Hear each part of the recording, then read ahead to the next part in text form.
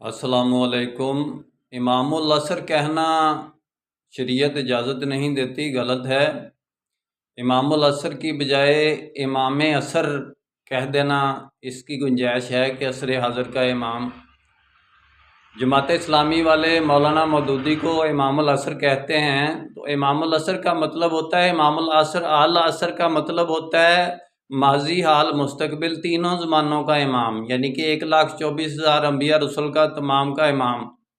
और अल्लाह ताला ने तो ये भी अहादीस में यानी कि आई हैं कि अल्लाह ताला ने कहा है कि ज़माना मैं हूँ, असर मैं हूँ, मुझे गाली मत दो, ज़माने को गाली मत दो।